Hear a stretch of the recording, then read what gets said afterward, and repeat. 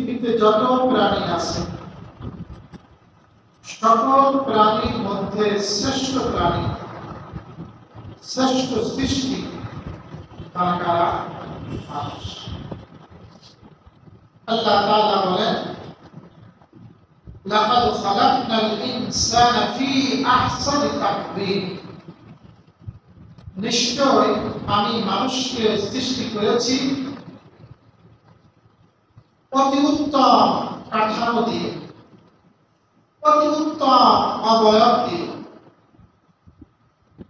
আল্লাহ তাআলা আয়াতে বলেন, ওয়ালাকাদ কাররামনা বানি আদম, এবং আমি নিশ্চয় আদম সন্তানকে কাররামনা সম্মানিত করেছি। আদম বনি আদম সন্তান তথা মানুষেরা এরা অত্যন্ত সম্মানিত, এরা আল্লাহ তাআলার অত্যন্ত সুন্দর সৃষ্টি, এবং এরা হলো আশরাফুল মাখলুকাত। তবে আল্লাহ তাআলা মানুষের মধ্যে দুইটা সিফাত দিয়েছেন। একটা হলো ফেরেশতাদের সিফাত দিয়েছেন, আবার একজন মানুষের মধ্যে পশুর গুণাবলীও দিয়েছেন। যখন কোন মানুষ তার আধ্যাত্মিক, তার কলবের মধ্যে যে রোগগুলো আছে, এই রোগগুলো বিষয়ে সচেতন থাকে, যথাসম্ভব বেঁচে থাকার চেষ্টা করে, রোগগুলো সবার মধ্যে আছে। আপনার গ্রাম তো মাসুম, তারা বাদে যত মানুষ আছে আমার মধ্যে, আপনার মধ্যে, সবার মধ্যে আছে। কিন্তু এই রোগগুলো যে যত বেশি কন্ট্রোল করে, যত বেশি নিয়ন্ত্রণ করে,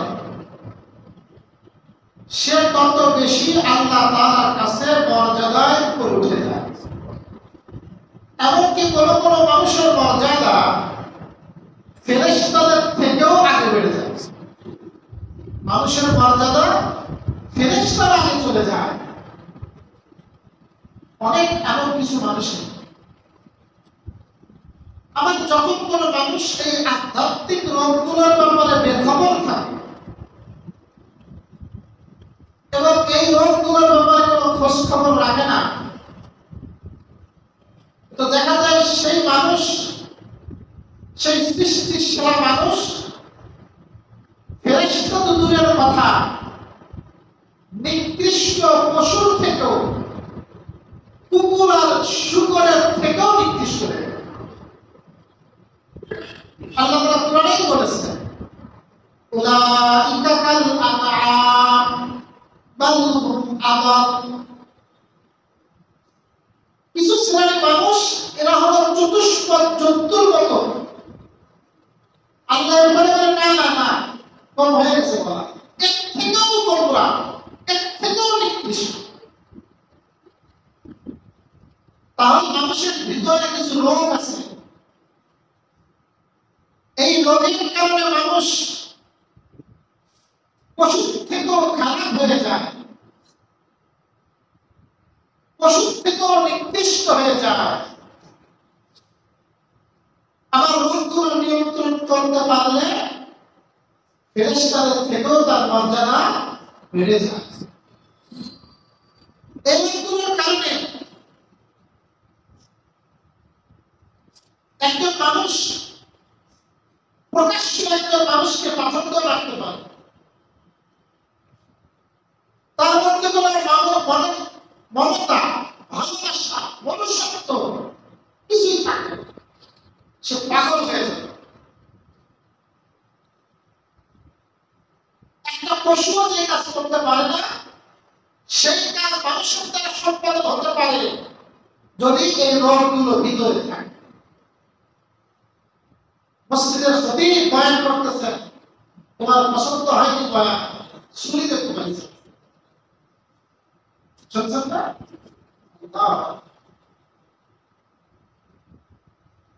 এইগুলো মানুষের মধ্যে যে রোগ, মাশায়েখ বলেছেন অন্তরে 10টা রোগ আছে।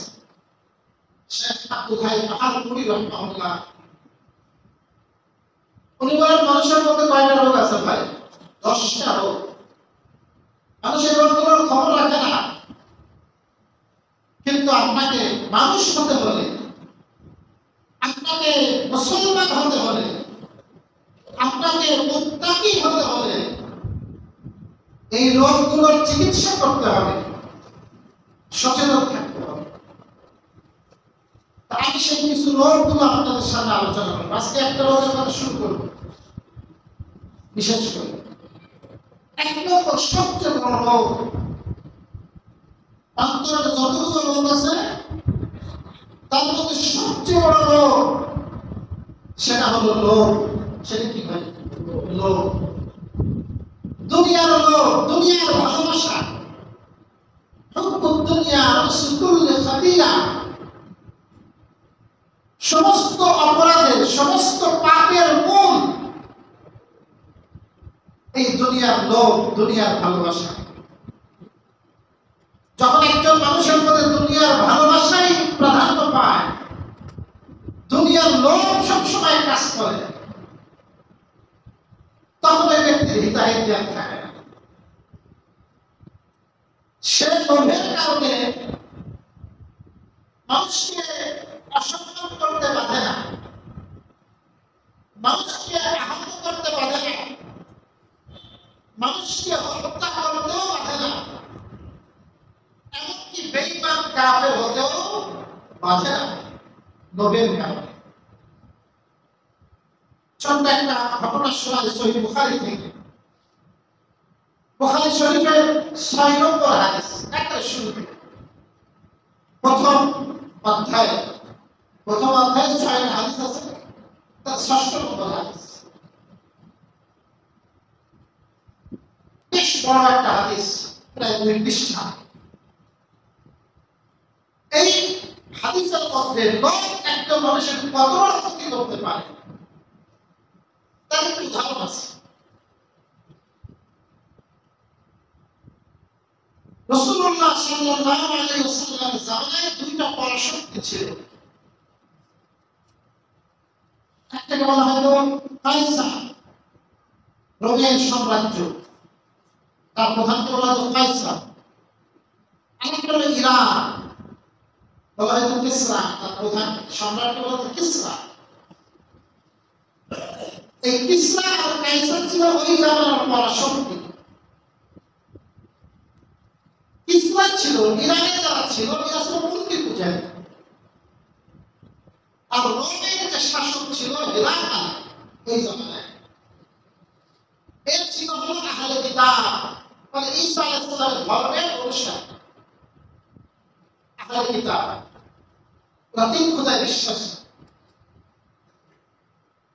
ওই জামানায় যে হিরাকাল ছিল, রোমের সম্রাট ছিল, ও ছিল গণক এবং জ্যোতিষবিদ, নক্ষত্র দেখে অনেক কিছু বুঝত।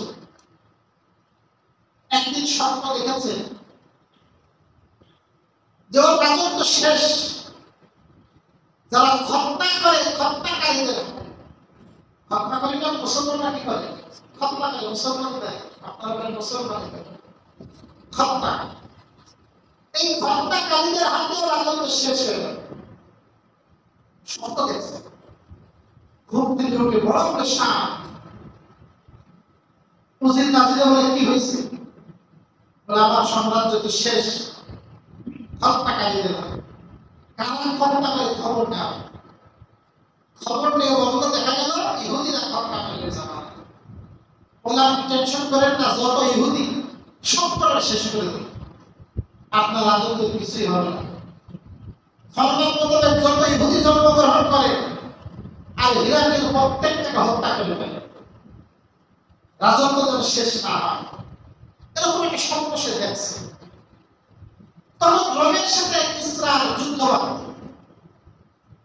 2 পরাশক্তির মধ্যে দ্বন্দ্ব ছিল। রাশিয়া আর আমেরিকার মধ্যে দ্বন্দ্ব আছে, দ্বন্দ্ব আছে। তো ওদের মধ্যে মাঝে মধ্যে মারামারি করত।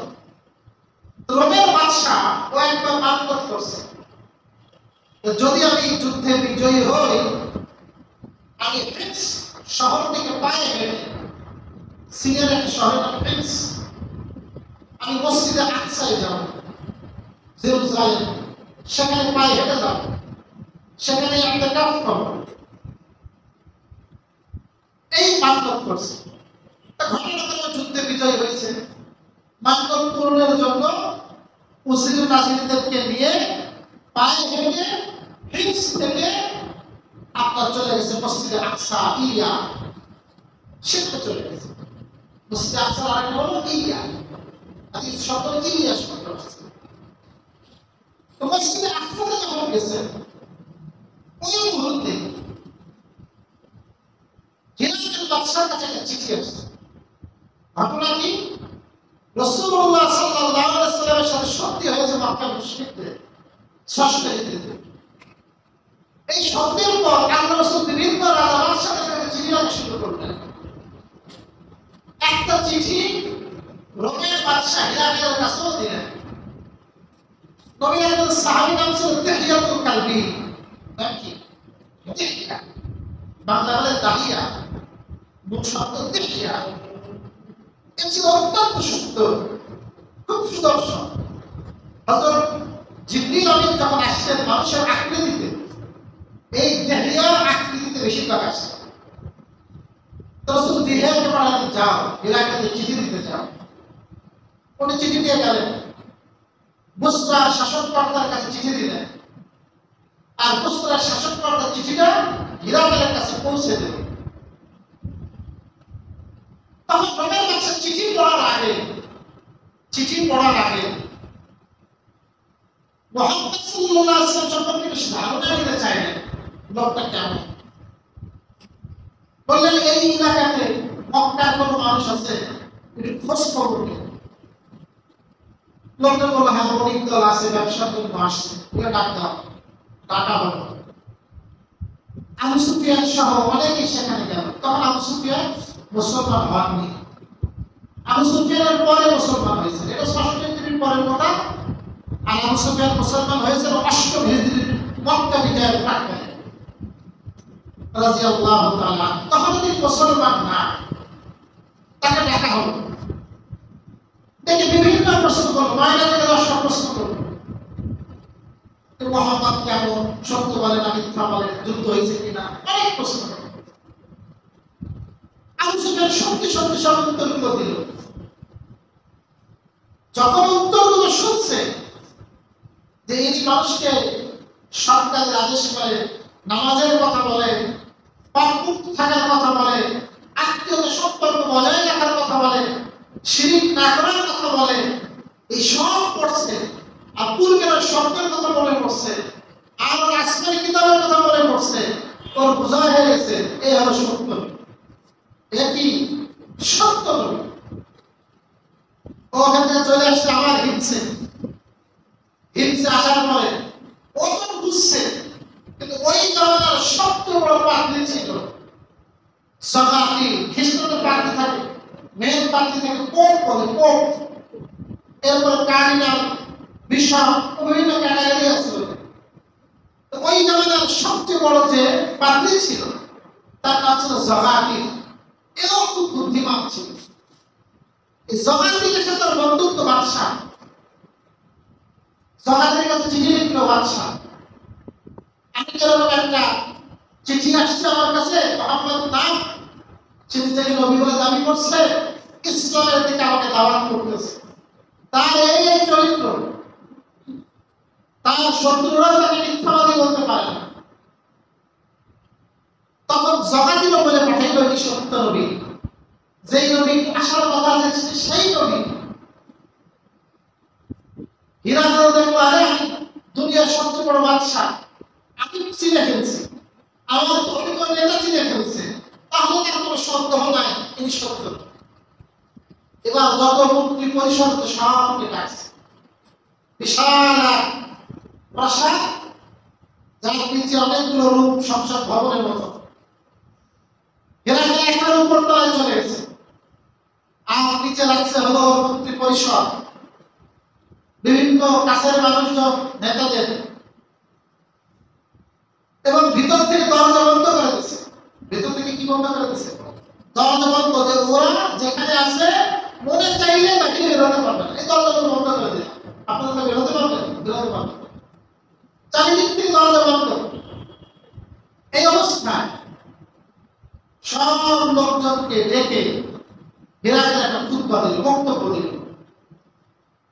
বক্তব্যের খোলাসা কথা হলো যে, হে আমার প্রজাবৃন্দ, নিকটবর্তী ব্যক্তিবর্গ, তোমরা যদি চাও তোমরা স্থায়ী সফলতা অর্জন করবে, তোমরা হেদায়েত পাবে এবং তোমাদের এই রাজত্ব স্থায়ী থাকবে, যদি তোমরা চাও তাহলে আমার কাছে একটা চিঠি আসছে, আজকে তোমরা সবাই মুসলমান হয়ে যাও।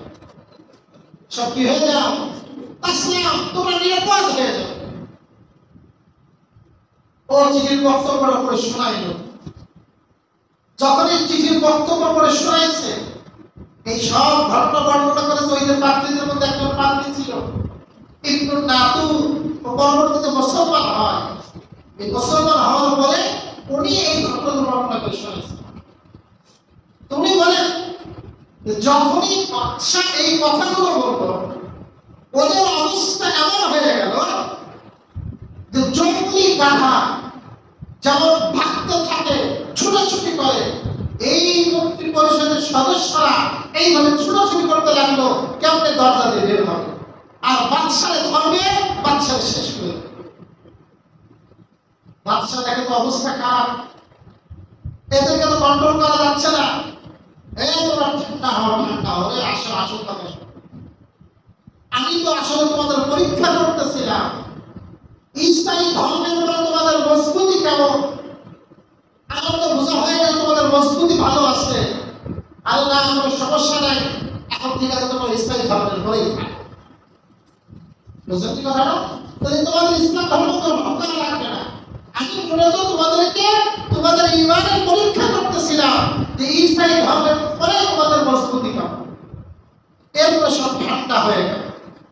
এরপর ইমাম বুখারী বলতেছে, এইটা ছিল এই রোমের বাদশার সর্বশেষ অবস্থা, যে শুধুমাত্র তার ক্ষমতার কারণে, তার রাজত্বকে টিকিয়ে রাখার কারণে সে বুঝছিল আল্লাহ রাসূল সর্বশেষ নবী, সত্য নবী, তার উপর সন্দেহ নাই, শুধুমাত্র ক্ষমতার কারণে সে ইসলাম ধর্ম গ্রহণ করল। এই বেঈমান অবস্থায় তার মৃত্যু হয়েছে। কার? রোমের বাদশা হেরাকেল। তাহলে এই পদের লোক, এই ক্ষমতার লোভের কারণে যখন একজন আহলে কিতাব আলেম, নাম ছিল তার আব্দুল্লাহ ইবনে সালাম, কি নাম? আব্দুল্লাহ ইবনে সালাম।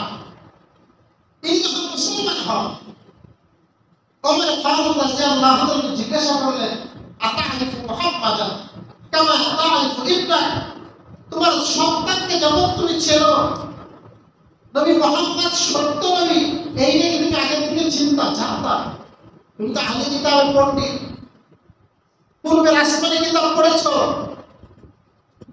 আব্দুল্লাহ ইবনে সালাম বলেন, না, ও আত্মা, বলে আমার ছেলেকে যত সত্যভাবে আমি চিনি যে এই সন্তানটা আমার সন্তান, আল্লাহর নবী যে শেষ নবী, আমি আমার সন্তানের থেকেও বেশি চিন্তা।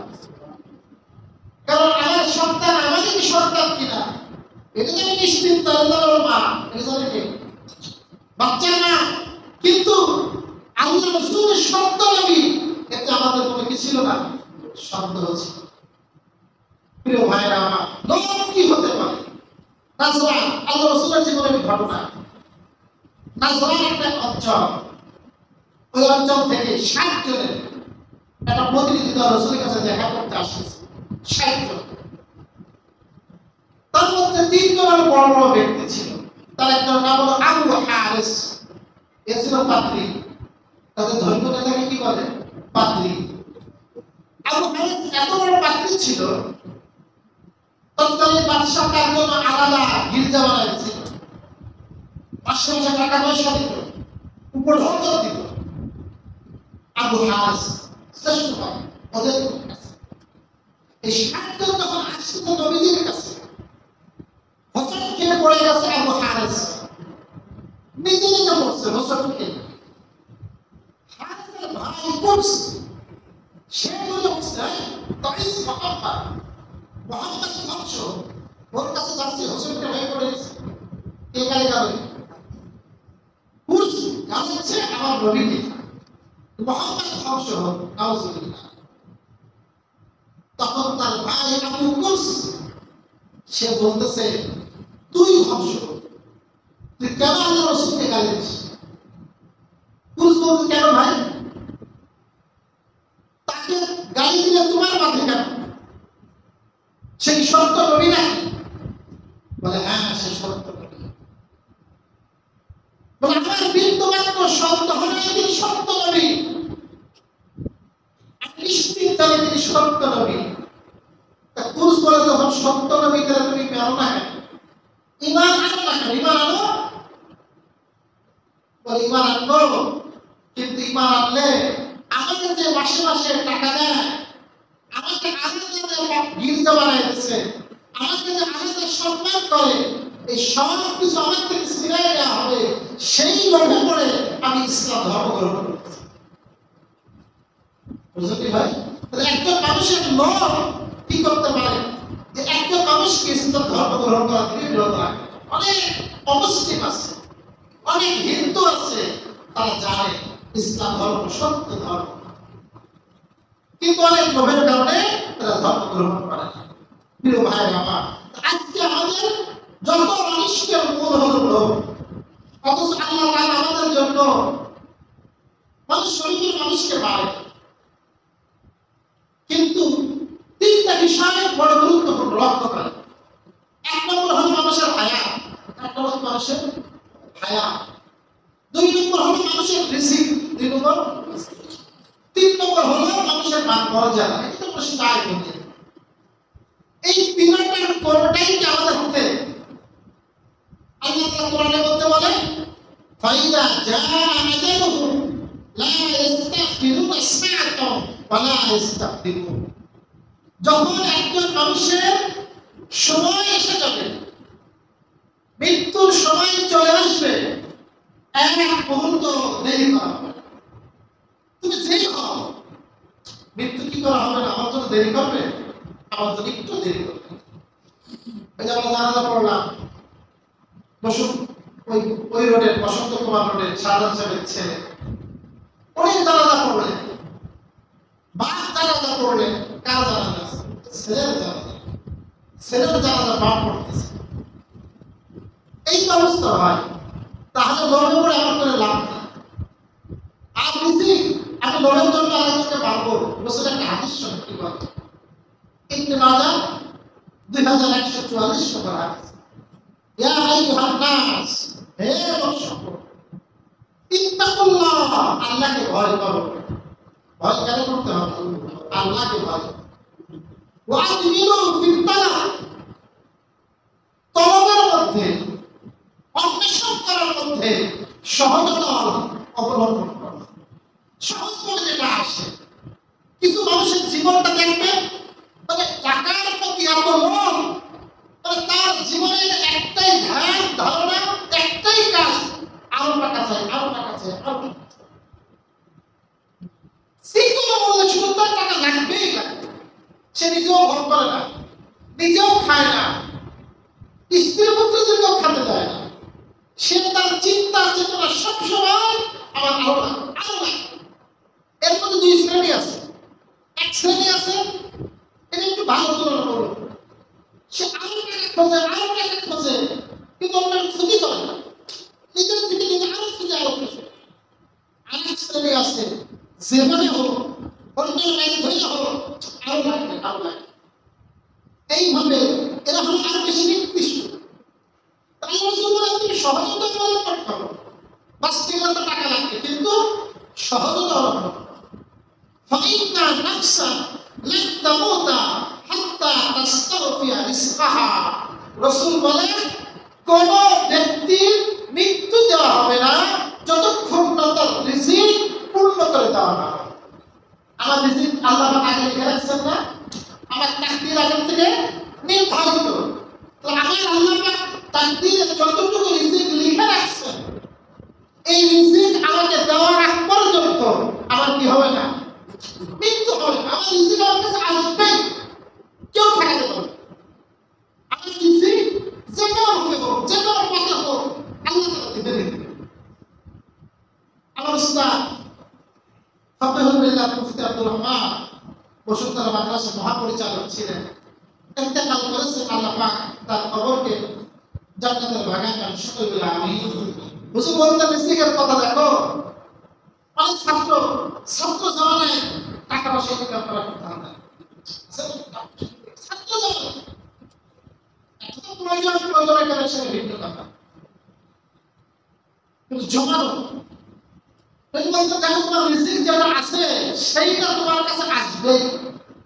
ছাত্র জামানায় বেশি করে খাবার বলে জীবন বেশি খাতি পারবো না, রিজিক তো তোমার 100 টাকার ভাগ আছে। ছাত্র জামানায় খেয়ে বসেছে 50টা, তো বাকি জীবন ব্যবহার 50, আর ছাত্র জামানায় খাবার 10টা, তাহলে কতটা পাবা? 90টা জন্য বলে আমার মনে হচ্ছে হায়াত আমার শেষ, এত খাওয়া বাড়াই দিতে, প্রতিদিন এত খাই, মনে হচ্ছে সব রিজিক আমার রয়ে গেছে, হায়াত কম, এই জন্য আমার কি করে খাওয়াচ্ছে, বেশি বেশি খাওয়াচ্ছে। তাহলে শুরু করেছেন যে যতক্ষণ পর্যন্ত রিজিক পূর্ণ করা না হবে ততক্ষণ পর্যন্ত তোমার কি হবে না, ওই আলতা আনহা, যদিও রিজিক আসতে একটু বিলম্ব হয়, সবসময় সময় মতো আসে, একটু বিলম্ব হবে কিন্তু আসবে। ফাত্তাকুল্লাহ ওয়াজমিলু ফিত তালাব। রাসূল আবারও বলেন আল্লাহকে ভয় করো আর দুনিয়ার তলবের পিছনে সহজ পথ অবলম্বন করো। এরপর রাসূল বলেন, এটা আমাদের লক্ষণীয়, খুযু মা হাল্লা ওয়া দাউ মা হারুমা। তুমি গ্রহণ করো ওইটা যেইটা তোমার জন্য হালাল, এবং ছেড়ে দাও ওইটা যেইটা তোমার জন্য হারাম, যেটা তোমার জন্য হারাম। তার মানে একজন ব্যক্তির জীবনে তার দুইটা ভাবেই সম্পদ আসবে, সুযোগ থাকবে, হালাল ভাবে আসার সুযোগ থাকবে, হারাম ভাবেও কিন্তু আসবে, যেই হোক না কেন। আপনার কাছে টাকা উপার্জনের দুই রাস্তায় কিন্তু আসবে। এখন আমার যদি আল্লাহর ভয় থাকে তাহলে আমি দুটোই গ্রহণ করবো। রাসূল বলেন ওইটা গ্রহণ করো যেটা হালাল ভাবে আসে, আর যেটা হারাম ভাবে আসে ওইটাকে তুমি কি করে দাও, ছেড়ে দাও, বর্জন করো।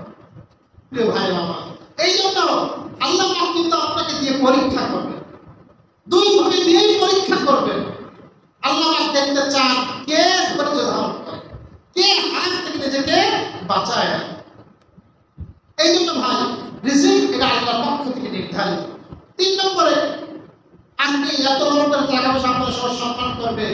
আল্লাহ বলেন মান কানা ইউরিদুল ইজ্জাতা ফালিল্লাহিল ইজ্জাতু জামিআ। যে ব্যক্তি ইজ্জত চায়, তার সব সম্মান করবে, হ্যাঁ, এই জন্য টাকা পয়সা, এই জন্য পদের লোভ, আমার অমুক পদ দেওয়া হোক, কিছু আসলে পদের জন্য খুব লালাই। সহিহ বুখারীর হাদিস, রাসূল বলেন আব্দুর রহমান ইবনে সামুরা, আব্দুর রহমান, ইয়া আব্দুর রহমান লা তাসআলিল ইমাম। ও আব্দুর রহমান, তোর পদ চেয়ে নিও না, কি নিও না, কখনো পদ চেয়ে নিও না। কারণ যদি তুমি পদ চেয়ে নাও, উকিলতা ইলাইহা, ওই কাজ তোমার পরে ন্যস্ত করা হবে, আল্লাহর কোনো সাহায্য তোমার পরে থাকবে না। আর যদি তুমি আল্লাহর কাছে না চেয়ে না, মানুষের চাও না, কিন্তু তোমাকে দায়িত্ব দেওয়া হয়েছে, উইত্তা আলাইহা, আল্লাহ রাসূল বলে তোমাকে ওই কাজে আল্লাহর পক্ষ থেকে সাহায্য করা হবে। তুমি এই কাজটা করো, সুন্দর হবে, সুন্দরভাবে করতে পারবে। তো এখানে আল্লাহ তাআলা অনেক মানুষ পদের লোক, যারা সম্মান পাবে এই কারণে, কিন্তু আল্লাহ বলে ফালিল্লাহিল ইজ্জাতু জামিআ, আর সকল ইজ্জত তো আমি আল্লাহর। কার হাতে? আল্লাহ তুইজ্জু মান তাশা ওয়া তুযিল্লু মান তাশা। আল্লাহ যাকে চান তাকে ইজ্জত দেন, আবার যাকে চান তার থেকে আল্লাহ পাক ইজ্জত ছিনায়। প্রিয় ভাইরা আমার, এই জন্য রিজিকের জন্য, দুনিয়ার জন্য খুব বেশি লোভী হওয়ার দরকার নেই। আল্লাহ তাআলা আমাকে জানিয়ে দিয়েছেন, ওয়া ইয়াত্তাকিল্লাহ ইয়াজআল লাহু মাখরাজা ওয়া ইয়ারযুকহু মিন হাইসু লা ইয়াহতাসিব। যে আল্লাহর ভয় করবে, কি ভয় করবে ভাই? রাস্তা কবে আসবে? দুটো আসবে, হালাল হারাম দুটোই আসবে। এই দুই পথ সামনে রেখে যে ব্যক্তি আল্লাহকে ভয় রেখে আল্লাহকে হাজির নাজির জেনে নিজেকে সম্বরণ করবে, হালালটাকে গ্রহণ করবে, আমি আল্লাহ তার জন্য অবশ্যই রাস্তা বের করবে। আরে একটা রাস্তা বন্ধ হবে, আল্লাহ তিনটা রাস্তা খুলে দেবে। বুঝতে ভাই? আপনি প্রেশার হতে হবে না, একটা রাস্তা বন্ধ হলে রাস্তা বন্ধ করবে, আরো দুইটা খুলে দেবে আল্লাহ। রাস্তা মালিক তো আল্লাহ, আল্লাহ খুলে দেবেন। ওয়ায়ারযুকুহু মিন হাইসু লা ইয়াহতাসিব, এমন ভাবে তার রিজিক দিবে যা সে কল্পনা করতে পারে না। সেও হয়রান হয়ে যাবে, কেমনে আসবে এটা? প্রিয় ভাইরা আমার, এই জন্য আল্লাহর উপর ভরসা করা। দুনিয়ার এই যে সবচেয়ে মানুষের ক্ষতিকর লোভ, এই লোভকে সম্পর্ক, লোভ সম্পর্ক, এটা ইসলামের বড় শিক্ষা। এই জন্য এটা আমাদের কিন্তু কলমের বিষয়, এটা প্রত্যেকের কাজ। কোন বিষয় আপনি গল্প করতে পারবেন না, একটা লোভ সুযোগ আছে, একটা লোভ হাদিসে উৎসাহিত করা হয়েছে, যেটা ভালো, সেটা হলো ইলম অর্জনের লোভ। কিসের লোভ? আপনি ইলম অর্জন করুন, আমাকে আরো ইলম অর্জন করতে হবে, আমাকে আরো শিখতে হবে, আরো আমাকে পাণ্ডিত্য অর্জন করতে হবে। এইটা ইসলাম উৎসাহিত করে, এইটার ব্যাপারে ইসলামের ছাড় আছে। কিন্তু এইটা মানে অন্য কোনো ব্যাপারে বিনাই ইসলাম ছাড় নাই।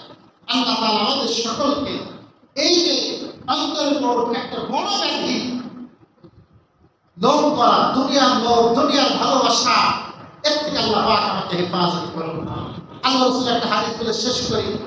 রাসূল কারীম সাল্লাল্লাহু আলাইহি ওয়াসাল্লাম মানে আমাদের অবস্থা বলেছেন, লাউ কানা লিবনি আদম ওয়াদিয়ান মিন যাহাব, বনি আদমের এত লোভ, বলে যদি বনি আদমের দুইটা উপত্যকা থাকে স্বর্ণের, কিসের? স্বর্ণ দিয়ে ভরা উপত্যকা, মানে কত বড় স্বর্ণ তো যদি আপনার এটুকু তাই আপনার জীবন চলে যাবে। এক ফুট স্বর্ণ হলে আপনার কি হয়ে যাবে? জীবন চলে যাবে। রাসূল বলে এক ফুটটা দুইটা উপত্যকা যদি থাকে, দুইটা বড় স্তূপ যদি থাকে স্বর্ণে, কিন্তু আহাব্বা সে চাবে সালিসান, আরো একটা চাই। কি চাই? আমার আরো একটা লাগবে, আরো একটা লাগবে। একটু বেশি কত সম্পদ দরকার বলে, কত সম্পদ লাগে, সে আরো একটা চাবে। বলে একজন বনি আদমের পেট ভরে না মাটি ছাড়া। কি ছাড়া? মাটি। কিসের মাটি? কবরের। আল্লাহ তাআলা এই খারাপ লোক থেকে আমাদেরকে হেফাজত করুন। আমিন। আলহামদুলিল্লাহ।